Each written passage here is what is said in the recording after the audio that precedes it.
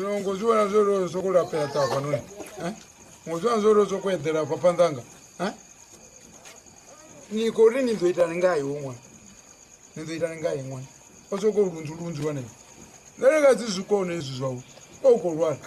Ngompota ga. Ambaniya. Ngompota apyo. Osoko rukumu. Ambane nazi mwana wanu. Nkala wanga. Ndaka ndero mwana godinwanga mizimu.